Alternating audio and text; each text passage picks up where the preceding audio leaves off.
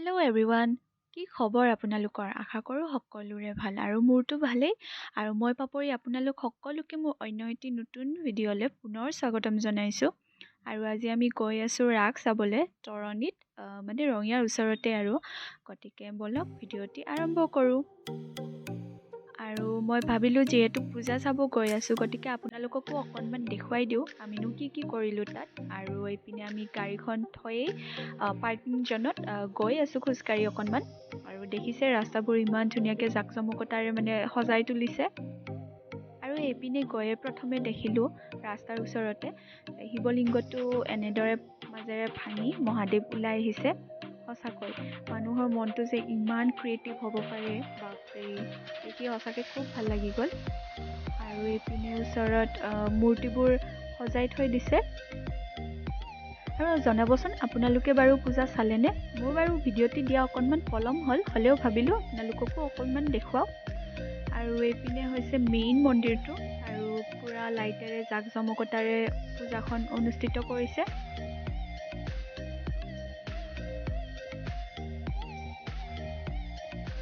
আৰু এইপিনে প্ৰথমে সোমাই দেখিলোঁ বাঁহ বেতৰে বস্তুবিলাক সজাই থৈ দিছে। আৰু এইপিনে জাকৈ, খালৈ, ডলা কুলা এই সকলোবোৰ বস্তু এনেদৰে সজাই থৈ দিছে। দেখি সঁচাকৈ খুব ভাল লাগি গ'ল। আৰু এইপিনে দেখিছে মূৰ্তিবিলাক এনেকৈ সজাই থৈছে।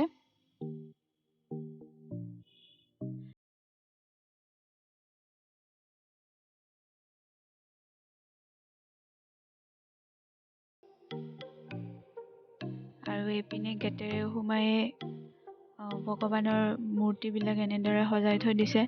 এইপিনে কৃষ্ণ, ৰাসক্ৰীড়া, লৱকুশ,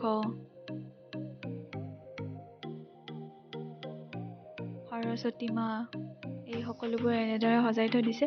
আৰু মই যিখিনি পাৰিছোঁ আপোনালোকক দেখুৱাবলৈ চেষ্টা কৰিছোঁ, গতিকে চাই থাকক ভিডিঅ'টি আগলৈকে।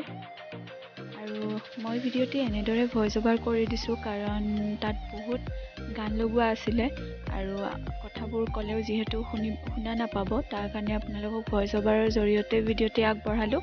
আশা কৰোঁ ভাল পাব ভিডিঅ'টি চাই।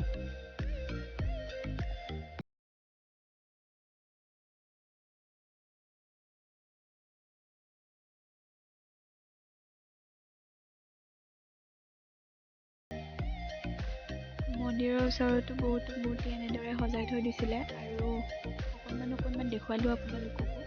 আৰু ইমানবোৰ মূৰ্তি যিহেতু সজাই থৈ দিয়া আছে তাত, আৰু প্ৰত্যেকটো এটা এটাকৈ দেখুওৱা সম্ভৱো নহয়, গতিকে যিখিনি পাৰোঁ ভিডিঅ' কৰি ৰাখিছোঁ আপোনালোকক দেখুৱাম বুলি।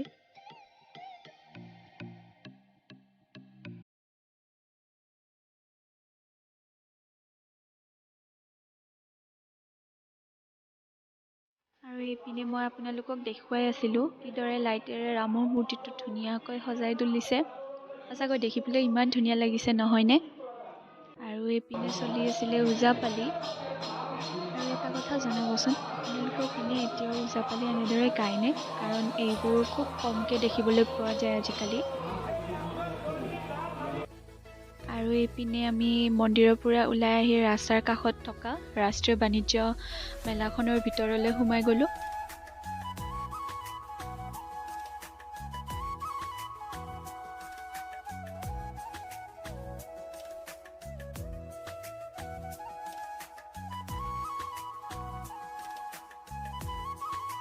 আৰু এইপিনে কম দামত বস্তুবিলাক বিক্ৰী কৰি আছিলে, কাপোৰবিলাক।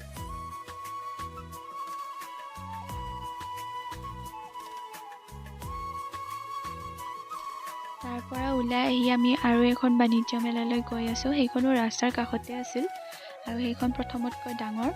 আৰু এইখন কাশী প্ৰসাদ শৰ্মা সোঁৱৰণী বাণিজ্য মেলা। আৰু বাণিজ্য মেলাৰ ভিতৰত সোমাই আহিয়ে ডাঙৰ মীনা বজাৰ লগাই থৈ দিছে, আৰু সৰুৰ পৰা ডাঙৰলৈকে সকলোৱে উঠিবৰ কাৰণে ৰখি আছিল তাত। মোৰ পিছে উঠাৰ ইমান সাহস নাই, কাৰণ মোৰ ভয় লাগে।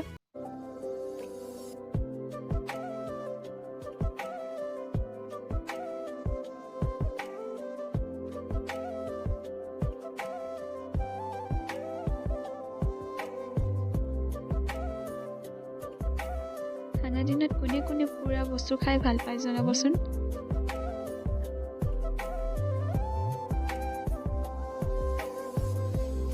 আৰু মই তেওঁকো ক'লো বোলো আপুনিও এবাৰ চেষ্টা কৰি চাওক পাৰেনে নাই। তেওঁ ফুটাব নোৱাৰিলে একো নাই বাৰু।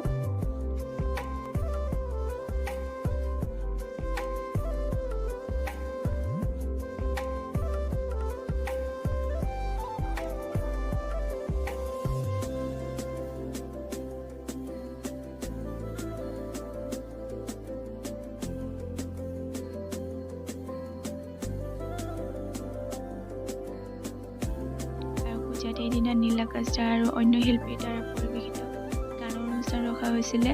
আৰু যিহেতু অলৰেডি দেৰি হৈ গৈছিলে আৰু ডিনাৰৰ টাইম হৈ গৈছিলে, গতিকে আমি ভাবিলোঁ ঘৰলৈকে যাওঁ, যিহেতু আমি সন্ধিয়া একাপ চাহ খাইহে পূজা চাবলৈ গৈছিলোঁ। আই হোপ আপোনালোকৰ ভিডিঅ'টো চাই ভাল লাগিলে, আৰু যদি ভাল লাগিলে তেতিয়াহ'লে please like, share, comment and subscribe কৰিবলৈ নাপাহৰিব। আৰু আপোনালোকে মোৰ ভিডিঅ'টো ফ্ৰেণ্ডছ এণ্ড ফেমিলিৰ লগত শ্বেয়াৰ কৰি দিব।